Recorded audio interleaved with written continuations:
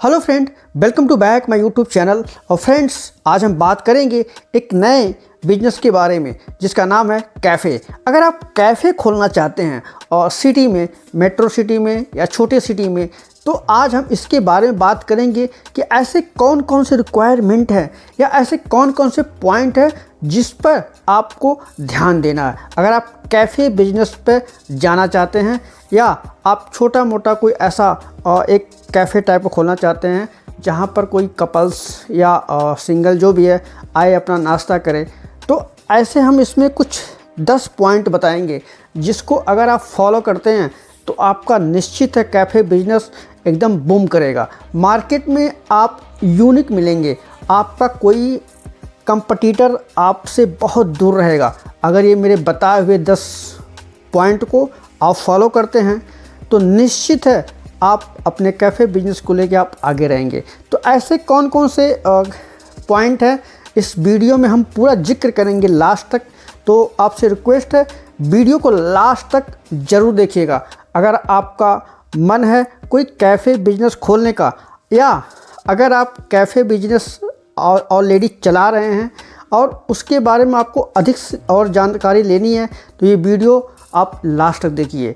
अगर आपका cafe business profit नहीं कर रहा है या कंपटीटर से कंपीट नहीं कर पा रहा है तो ये वीडियो आपके लिए है। और फ्रेंड्स, अगर आप नए हैं हमारे चैनल पर तो चैनल को सब्सक्राइब करिए, वीडियो को लाइक करिए और अपने फ्रेंड सर्कल में शेयर करिए जो कैफ़े बिजनेस में जाना चाहते हैं। तो फ्रेंड्स, शुरू करते हैं और आज जानते हैं कि आज का ऐसा पहला पॉइंट क्या है। अगर आप कैफ़े बिजनेस खोलना चाहते हैं या कर रहे हैं तो उसमें क्या आपको चेंज करना है। तो पहला पॉइंट है आपका लोकेशन। कोई भी कैफ़े बिजनेस खोलने से पहले आपको उस पर ध्यान देना पड़ेगा। आपको लोकेशन सर्च करना पड़ेगा। एक लोकेशन, वो लोकेशन कौन कौन सा हो सकता है। वो कॉलेज का लोकेशन हो सकता है, वो ऑफिस एरिया का लोकेशन हो सकता है, वो मॉल का लोकेशन हो सकता है या वो पॉश एरिया हो सकता है जहाँ पे आपका कैफ़े का बिजनेस बहुत ही अच्छे से चलेगा। क्योंकि लोग वहाँ, जैसे ऑफिस से लोग बाहर निकलेंगे तो नाश्ता पानी करने के लिए आप एक अच्छा सा कैफ़े सर्च करेंगे। कॉलेज है, वहाँ से पढ़ाई करके या शाम को जो भी निकलते हैं उनके लिए एक कैफ़े ज़रूरी होता है। ऐसे ही मॉल में जो घूमने जाते हैं, मॉल से जो घूम के बाहर आते हैं तो उनको एक छोटा सा कैफ़े ढूंढते हैं। या कपल्स अगर उनको डेटिंग पे जाना है तो वहाँ वो सर्च करते हैं। तो कैफ़े का जो फर्स्ट पॉइंट है वो है लोकेशन। लोकेशन पर आपको विशेष ध्यान देना है और जो मैंने बताया इस लोकेशन आपको इसको सर्च करना है और यहाँ जाके आपको अपना एक कैफ़े का बिजनेस खोल सकते हैं। अब जानते हैं आज का दूसरा पॉइंट। तो कैफ़े का दूसरा पॉइंट है थीम एंड इंटीरियर। अब थीम क्या होता है कि अपना एक थीम बनाइए। कैफ़े का अगर खोल दिए हैं उसमें एक थीम बना के रखिए। जैसे कोई नेचुरल थीम लेके उसमें अंदर चलिए और इंटीरियर उसके डिज़ाइन को आप अच्छे तरह से मैनेज करिए जिसको देखते ही लोगों का मन प्रसन्न हो जाए। तो किसी भी एक कैफ़े का उसका इंटीरियर और उसका डिज़ाइन बहुत ही मायने रखता है। तो आप इस चीज़ पर बहुत ध्यान दीजिए। अगर आपको इस पर कंफर्म नहीं हो रहा है कि हम क्या थीम डालें या क्या डिज़ाइन डालें, इसमें क्या इंटीरियर करें, तो आप किसी एक्सपर्ट से आप इसके लिए आप हेल्प ले सकते हैं कि मुझे कैफ़े खोलना है या मैं ऑलरेडी कैफ़े खोला हूँ लेकिन मुझे अपना थीम और इंटीरियर चेंज करना है। तो इस चीज़ के ऑलरेडी में इसके मार्केट एक्सपर्ट पड़े हुए हैं। आप वहाँ जाके कुछ पैसे दे के आप उनसे थीम और इंटीरियर का आप डेकोरेशन जो है बनवा सकते हैं। ये बहुत ही मायने रखता है कैफ़े बिजनेस में। और आइए जानते हैं आज का तीसरा पॉइंट। अब आज का तीसरा पॉइंट है मेनू। जो भी आप खाने पीने का अगर मेनू रखते हैं उसमें वो एकदम क्लियर और उतना ही रखिए जितना आप प्रोवाइड कर सकते हैं कि उसमें से अगर कुछ भी कस्टमर डिमांड करता है तो आपके पास कोई बहाना ना रहे या ये नहीं है या ये लेट बनेगा या अभी इसके मटेरियल अवेलेबल नहीं है, अभी हम बना नहीं पाएंगे या इसके भी टाइमिंग नहीं हुए हैं। तो जो भी आप मेनू में डालिए उसको अगर कोई कस्टमर उसको डिमांड करता है तो वो मिलना ही चाहिए।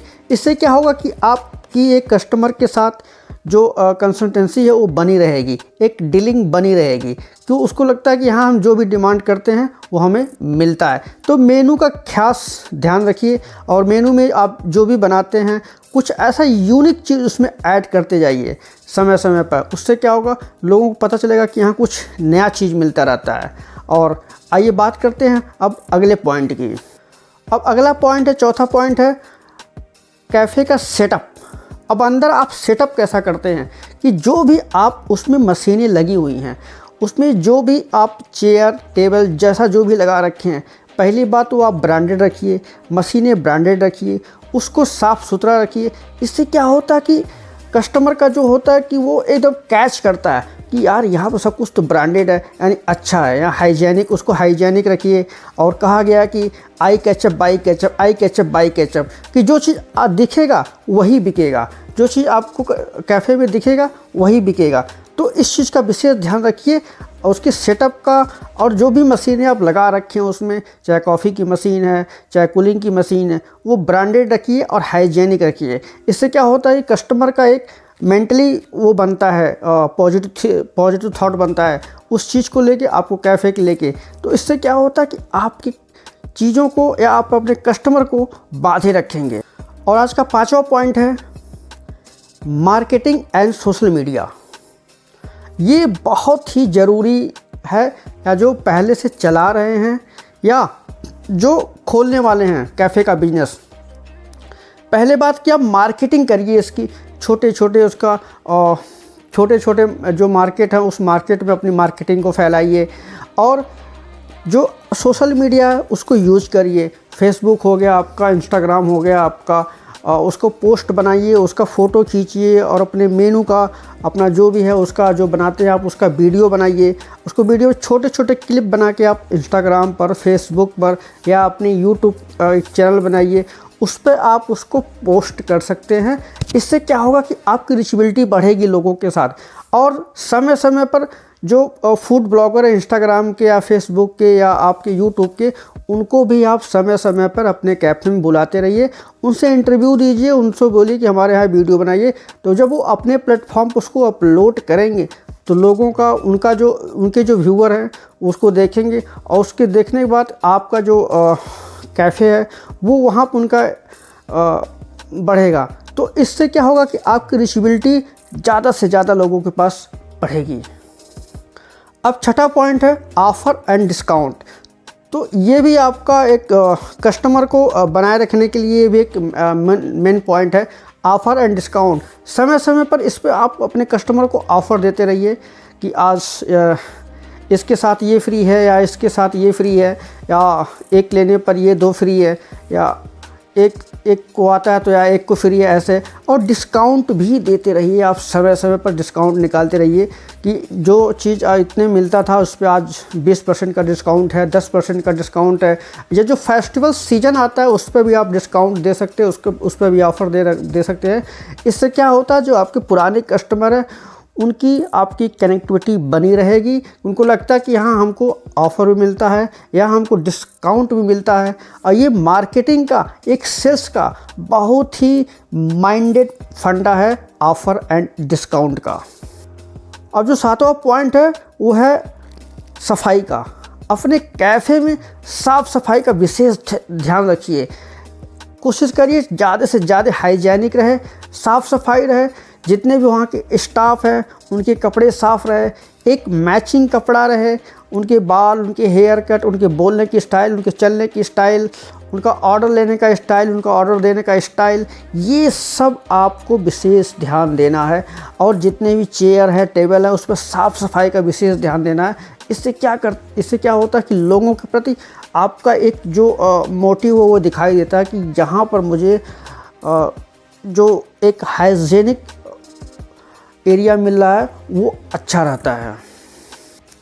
अब जो 8वां पॉइंट है वो ये है कि आप अपने जो कैफ़े का बिजनेस है उसमें जितने भी आप सेलिंग करते हैं या जो भी आप करते हैं उसका हिसाब करके रखिए।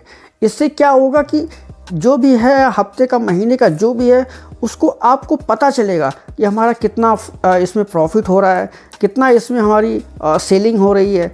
तो इससे क्या होगा कि आपका एक रेशियो बना रहेगा और आपका एक इकोनॉमिकल आपके पास एक डेटा अवेलेबल रहेगा।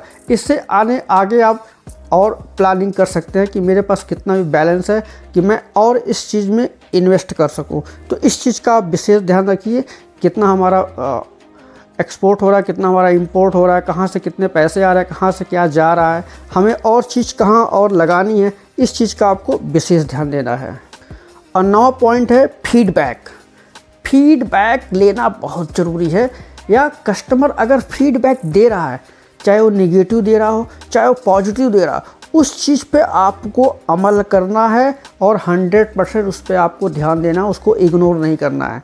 ठीक है, अगर नेगेटिव पॉइंट फीडबैक दे रहा है तो उसको सोचना कि इसको हम कैसे से कैसे और इसको जो नेगेटिव है उसको हम सही कर सकें।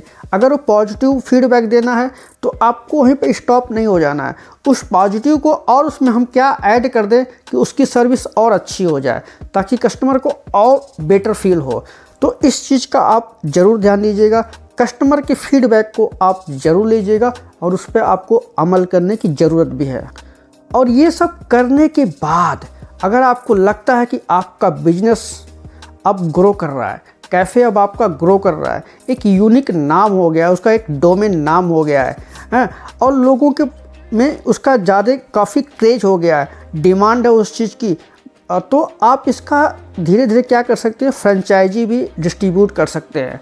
आपको लगता है कि हमारा बिजनेस ग्रो कर गया है, नाम कर गया है सोशल मीडिया के माध्यम से, लोकल मार्केटिंग के माध्यम से, कस्टमर के फीडबैक के माध्यम से, तो अब आप इसको अपने बिजनेस को बढ़ा सकते हैं। अपने नाम, जिस नाम से भी आपने अपना कैफ़े खोल रखा, उस नाम से लोगों को फ्रेंचाइजी भी आप डिस्ट्रीब्यूट करना स्टार्ट कर सकते हैं। इससे आपका बिजनेस और ग्रो होगा और मुनाफा प्रॉफिट भी आपको अच्छा खासा होगा। तो फ्रेंड्स, ये रहा हमारा आज का सुझाव। अगर आपको इस कैफ़े के लाइन में जाना है या ऑलरेडी आप ये बिज़नेस चला रहे हैं, तो ये सारे पॉइंट आपको इस बिज़नेस को ग्रो करने में बहुत ही हेल्प करेगा। तो फ्रेंड्स, वीडियो को हमारे लाइक करिएगा, चैनल को सब्सक्राइब करिएगा। मिलते हैं एक नए वीडियो के साथ, तब तक के लिए बाय बाय।